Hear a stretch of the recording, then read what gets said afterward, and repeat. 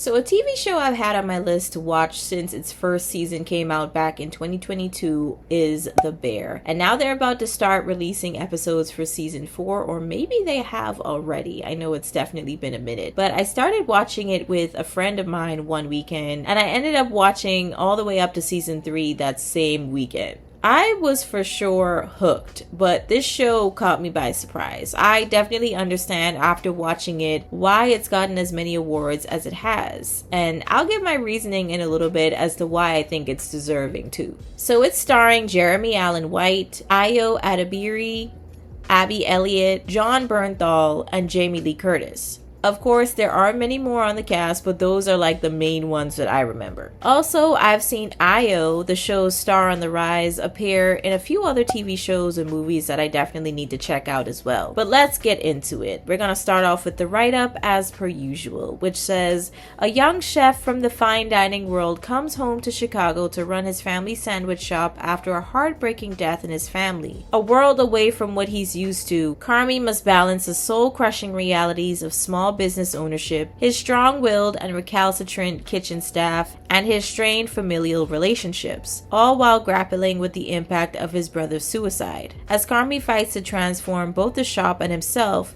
he works alongside a rough around the edges kitchen crew that ultimately reveals itself as his chosen family.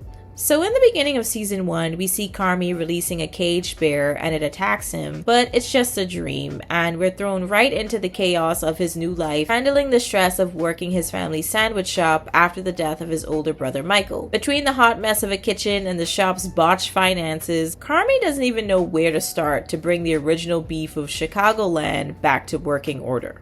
They're drowning in debt, they owe his uncle money, barely have money to pay their employees or even pay for the meat for their sandwiches, and everyone that works there are set in their ways and don't want to change how they do things. This includes Richie, Michael's best friend, Tina, Sweeps, and Ibrahim, but not Marcus though. He seemed pretty open to change. Carmy hires Sydney as his sous chef, who's basically supposed to be his right-hand man, but woman in this case, but everyone's kind of giving her a hard time on her first day, Tina more than anyone. Carmy is not naturally the best leader, but when we start to see flashbacks of both him and his family and kind of unstable mom, and also his crazy behind boss he had back in New York that would have his anxiety on 10, we kind of understand why. He tends to take his anger and frustration out on everyone around him, but I think they cut him some slack in the beginning because they know he's still technically grieving after his brother's death. But Sydney and Richie are the only ones that tend to give him some pushback, along with his sister Natalie, who definitely keeps him in check when he's going off the rails. After some time, Tina also starts coming around to respecting Sydney as the sous chef and even wants to impress her along with Carmy by learning new skills and dishes. Eventually, Carmy finds the money that Michael left behind and uses it along with another loan from his uncle to rebrand the shop into an upscale fine dining establishment that he decides to call The Bear for a few different reasons. Number 1, paying homage to his brother Mikey, or Michael, whose nickname was The Bear, and sometimes he'd call Carmy that as well. And number 2, he had dreams about the bear. It's possible that uncaging the bear is a symbol of him immersing himself into this chaotic and overwhelming environment in the kitchen. In the days leading to his grand opening, Carmy sends Richie, Tina, Marcus, and Ibrahim out for training, but Ibrahim eventually flakes, mainly because he felt like he couldn't keep up. But Tina, Richie, and Marcus flourish in their individual journeys as a sous chef under Sydney, a host, and a classically trained pastry chef, respectively. There's a little bit of romance here and there with Carmy seeing Claire for a bit, then messing that up, and Marcus trying to make a move on Sydney, and that makes their growing friendship kind of awkward. The opening night comes around and the pressure is on. Not only to start making all the money back that they borrowed from Carmy's uncle, but also to make a name for the restaurant. Things are pretty rough at first, but eventually they start getting into a new flow. But they do make a small shop to bring back their original beef sandwiches to make some extra income with Ibrahim in charge. But now Sydney is trying to get a little more creative with the dishes since Carmy wants to change the menu every single night. But he doesn't think her dishes are good enough just yet, and she starts feeling a way about that. Soon after, one of Carmy's teachers, Chef Andrea Terry, decides to close down her restaurant, and one of her chefs approached Sydney about potentially co-owning and running a restaurant together. She really starts to think about it and how nice it would be, but then she gets approached by Carmy about becoming a partner at the Bear.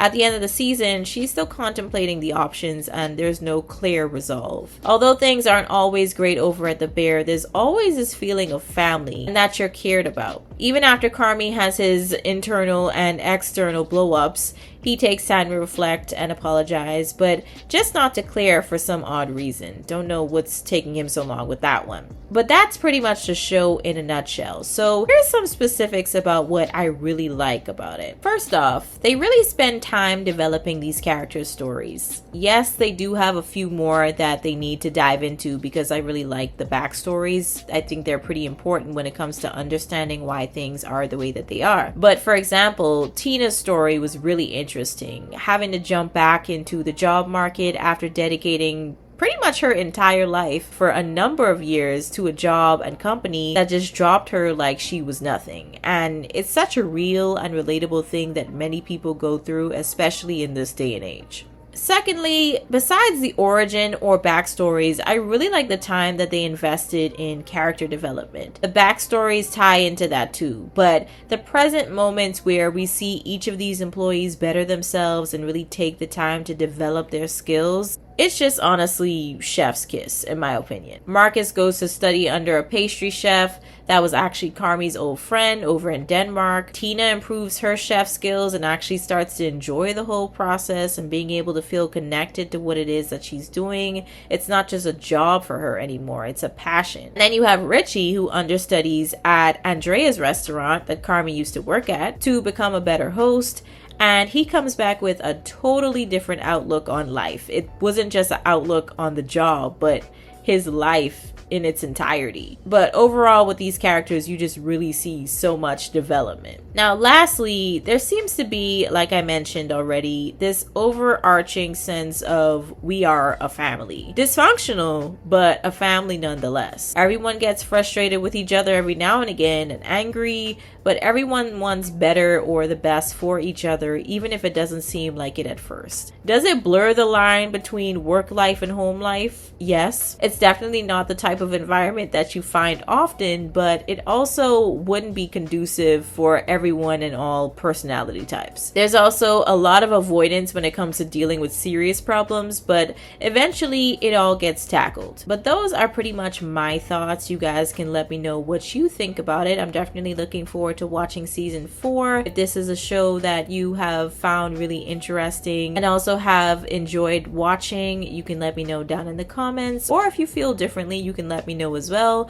But I'll be catching you all in the next one.